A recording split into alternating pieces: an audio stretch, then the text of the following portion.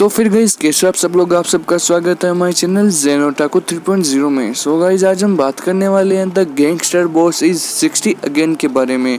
ये मांगा बहुत ही ज़बरदस्त होने वाली है क्योंकि इसमें गैंगस्टर होता है और वो गैंगस्टर बाद में मारा जाता है, उसके बाद वो एक लड़का बन जाता है।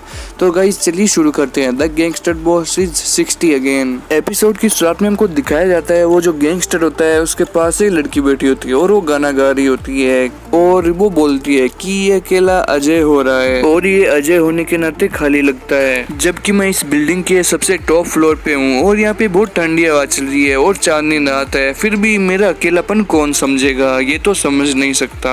उसके बाद वो गैंगस्टर बोलता है कि माय नेम इज वोंग तियांगसिया। जब मैं 3 साल का था तब मैं गैंग ज्वाइन करने गया था और मैंने 20 साल की मेहनत के बाद मैंने सीसीटी को पूरे अंडरवर्ल्ड में एकजुट कर लिया। उसके बाद हमको दिखाया जाता है वो उस लड़की के साथ बैठा होता है और उसके पैर में जो शूज है वो अलग अलग होते हैं। एक पैर में अलग शूज होता है और दूसरे पैर में अलग शूज होता है, पता नहीं वो दोनों शूज चेंज क्यों करता है। उसके बाद में उसका भाई वहाँ पर आ जाता है और बोलता है कि ब्रदर तियांगसिया हम जाने के लिए तैयार हो गए हैं, चलो चलते हैं। उसके बाद वो गैंगस्टर बोलता है कि मुझे दुनिया के सबसे छोटे गॉड फादर के रूप में जाना जाता है। उसके बाद वो गैंगस्टर जब अपने वो ऑफिस से बाहर निकलता है तो वहाँ पे जितने भी सिक्योरिटी गार्ड खड़े होते हैं वो झुक जाते हैं और बोलते हैं कि वेलकम बॉस। उसके बाद वो गैंगस्टर, उसका भाई और जितने भी सिक्योरिटी गार्ड होते हैं वो सारे नीचे चले जाते हैं और जाने के लिए रेडी हो जाते हैं। उसके बाद वो गैंगस्टर किसी बंदे से पूछता है कि क्या तुम वही लेके आए हो जो मैंने मांगा था, अगर तुम उसकी जगह कुछ और लेके आए हो तो मैं तुम्हें छोड़ूंगा नहीं, मैं तुम्हें उसी टाइम गोली से उड़ा दूंगा। उसके बाद वो बंदा उसके पास आता है और बोलता है कि ये हाई क्वालिटी वाला माल है और 20 किलो है। उसके बाद वो बोलता है कि चलो ठीक है, अब मैंने आपको आपका माल लाके दे दिया है और अब आप मुझे अपने पैसे लाके दे दो मेरे ब्रदर तांगसिया। उसके बाद वो तांगसिया होता है वो अपने भाई डिंग को बोलता है कि तुम अब माल की जांच करो, माल को चेक करो, तुम अब जल्दी से माल को चेक करो ताकि हम यहाँ से निकल सके।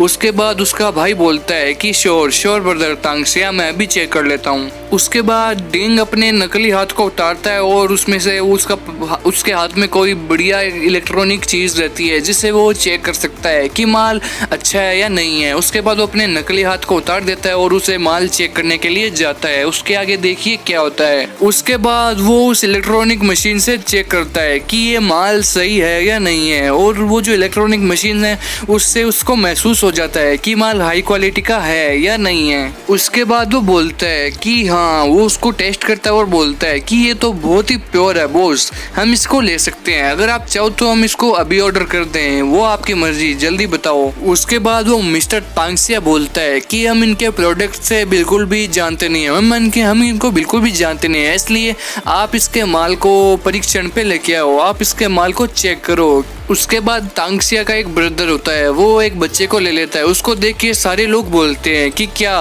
वो ये सीसीटी के अंडरवर्ल्ड के रूप में इसको बच्चे को यूज में ले रहा है, क्या वो बच्चे को इस सीसीटी के अंडरवर्ल्ड को एकजुट करने में यूज में ले रहा है। वो सीसीटी के अंडरवर्ल्ड को एकजुट करने के एक आदमी के रूप में बहुत ही खरा उतर रहा है। उसके बाद वो उसको जल्दी से दूध की बोतल उसके मुंह में डाल देता है और उसके बाद वो बच्चा रोने से चुप हो जाता है और वो रोता नहीं है। उसके बाद वो बच्चा दूध पी के बहुत ही होशियार हो जाता है और बहुत ही खुश हो जाता है और बोलता है कि अरे वाह मजा आ गया। उसके बाद वो बच्चा उस मिस्टर को बोलता है कि ऑल द बेस्ट, आप जाओ और अपना काम करो, मेरा तो टाइम पास हो गया। उसके बाद हमें सीन दिखाया जाता है मिस्टर तांगसिया का जो जूस पी रहा होता है। उसके बाद वो जूस उसको इतना टेस्टी लगता है कि उसके बाद देखिए वो क्या बोलता है। उसके बाद वो बोलता है इस ड्रिंक का तो स्वाद एकदम वैसा ही है जैसा पहले मैं पिया करता था, इसका स्वाद एकदम वैसा ही है जैसे मैं पहले छोटा बच्चा था और दूध पिया करता था, एकदम इसका स्वाद वैसा ही है और कुछ भी चेंज नहीं हुआ। उसके बाद तांगसिया बोलता है कि मैं बहुत खुश हूँ तुम्हारे माल से और चलो साथ में मिलकर काम करते हैं। उसके बाद वो बंदा बोलता है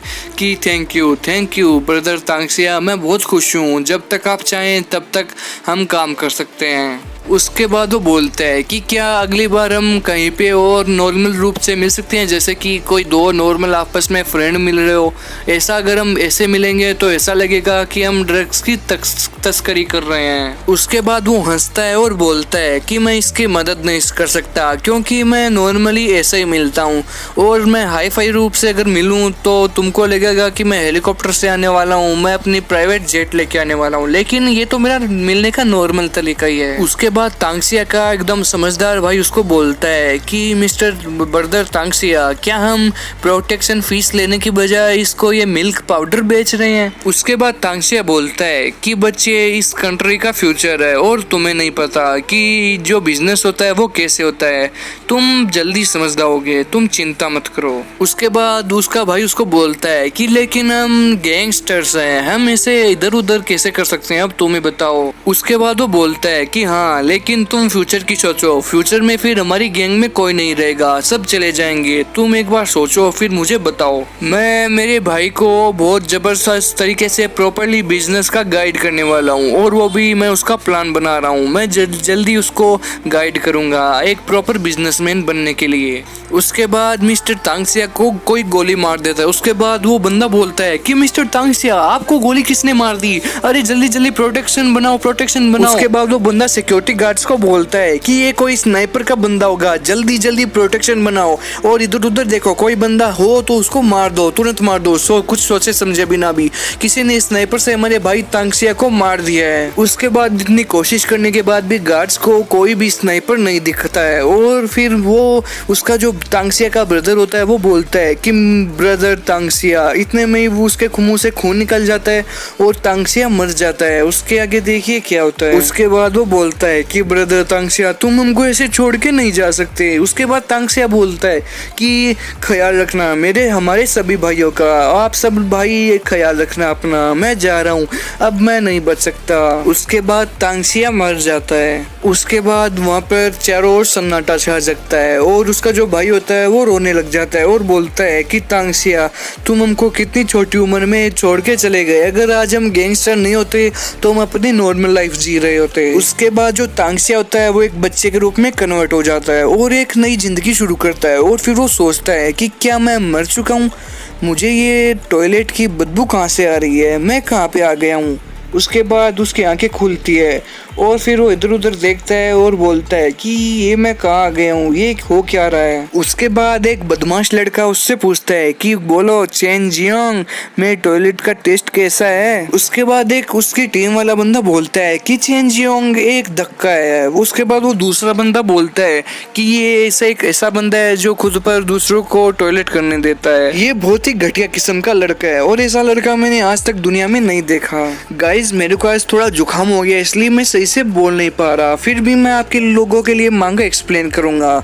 उसके बाद उसके पास वाला जो बंदा होता है वो बोलता है कि अरे देखो वो खड़ा हो रहा है। उसके बाद उसके पास वाला बंदा बोलता है कि क्या तुम हमारे बॉस से कुछ ज्यादा जानते हो। उसके बाद वो खड़ा होकर अब उसके बॉस के बहुत जबरदस्त पंच मार देता है, वो भी उसके प्राइवेट पार्ट में, और फिर उसको जो दर्द होता है वो देखने लायक होता है। उसके जो दर्द होता है उसको दर्द को वो सहन नहीं कर पाता और उसका वो चेहरा एकदम वैसा हो जाता है जैसा कि आप देख रहे हो। उसके बहुत पसीना आता है और उसका मुंह देखिए बहुत ही फनी हो गया है। उसके बाद वो चेन जियांग उसको बोलता है कि क्या तुम अब अपना कबाड़ नहीं चाहते ब्रेट। उसके बाद उसकी टीम वाला बंदा बोलता है कि अरे क्या कर रहा है चेन जियांग, हमारे बॉस को जाने दे वरना हम तेरी हड्डी पसली एक कर देंगे। उन दोनों के बॉस को इतना जबरदस्त पंच लगता है कि उसकी हालत तो बिल्कुल खराब हो जाती है और ऐसा लगता है कि उसको जल्द से जल्द हॉस्पिटल ले जाना पड़ेगा। उसके बाद वो चेन जियांग बोलता है कि इन बच्चों के साथ क्या है, मैं ये कहाँ पे आ गया हूँ, मुझे लगता है कि मैं दूसरी जगह पे आ गया हूँ, अभी तो मुझको कुछ देर पहले गोली लगी थी। उसके बाद वो चेन जियांग पता नहीं क्या करता है और वो उसकी पैंट खोलता, पता नहीं उसके अंदर क्या करता है। उसके बाद वो दूसरा टीममेट बोलता है कि ये स्कूल है चेन जियांग, तुम कर क्या रहे हो। उसके बाद वो उसको गुस्से में पूछता है कि चुपचाप बताओ, जो मैं पूछ रहा हूँ उसका सही सही जवाब देना, मैं कौन हूँ, अगर तुमने मुझे नहीं बताया तो तुम्हारा हाथ बहुत ही बुरा होने वाला है। उसके बाद वो बोलता है कि एवरीबॉडी पंचिंग बैग चेंग जियोंग।